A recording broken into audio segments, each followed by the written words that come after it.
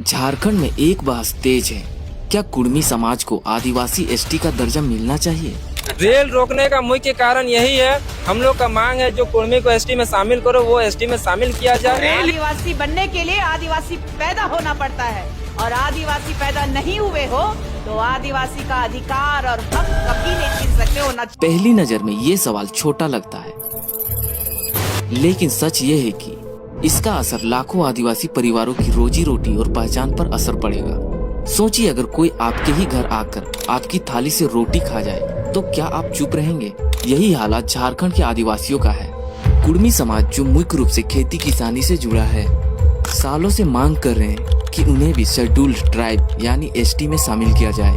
उनका तर्क है कि वो भी झारखंड के मूल निवासी हैं और सामाजिक आर्थिक रूप से पिछड़े हैं। लेकिन सवाल ये है, क्या सिर्फ पिछड़े होने से ही कोई भी समुदाय एसटी बन सकता है, या इसके पीछे इतिहास, संस्कृति और पहचान भी मायने रखती है? आदिवासी होना सिर्फ एक कैटेगरी नहीं है, ये एक पूरी सिविलाइजेशन है। संथाल, मुंडा, उराव, हो, इनकी अपनी भाषा है, अपने त्योहार हैं, अपना सरूल, कर्मा और अपनी संस्कृति है। आदिवासी सदियों से जंगल और पहाड़ से जुड़े रहे हैं। उन्होंने शोषण झेला है, अपनी जमीन गंवाई है और इसीलिए उन्हें एसटी का दर्जा दिया गया ताकि उनका अस्तित्व बच सके।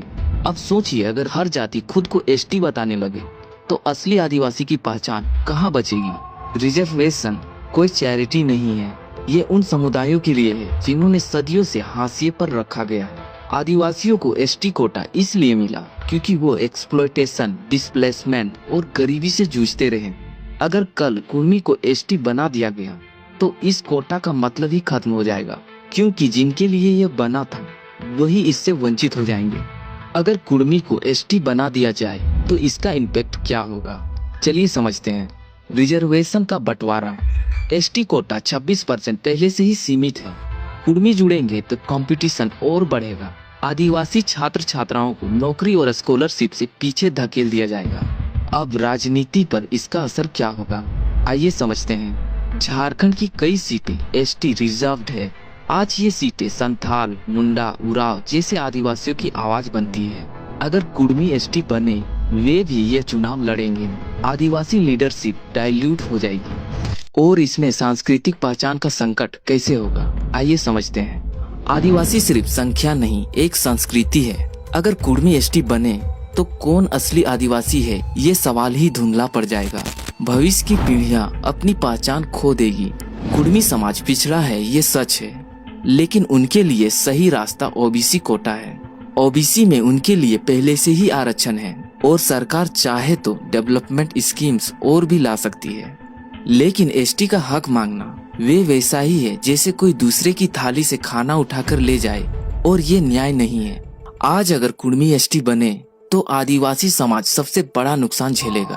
उनकी नौकरियां, शिक्षा और राजनीतिक सब खतरे में आ जाएगी। और अगर कुर्मी एसटी नहीं बने तो उनका आंदोलन जरूर चलेगा, लेकिन आदिवासी समाज का अस्तित्व बचा रहेगा। यानी खेल एक तरफा है, कुर्मी का फायदा, आदिवासी का नुकसान। दोस्तों, ये सिर्फ रिजर्वेशन की लड़ाई नहीं है, ये आदिवासी की पहचान और उनके अस्तित्व की लड़ाई है। कुर्मी समाज का संघर्ष अपनी जगह सही हो सकता है, लेकिन एसटी का दर्जा आदिवासी का हक है और इसे कोई बांट नहीं सकता। आपके हिसाब से क्या कुर्मी को एसटी में शामिल किया जाना चाहिए, या फिर आदिवासी सही कह रहे हैं कि ये उनके हक पर डाका है? नीचे अपनी राय जरूर लिखें। अगर आपको ये वीडियो अच्छी लगी हो तो चैनल को सब्सक्राइब करें, अन्यथा आप ये वीडियो देखें, वही मेरे लिए काफी है। धन्यवाद।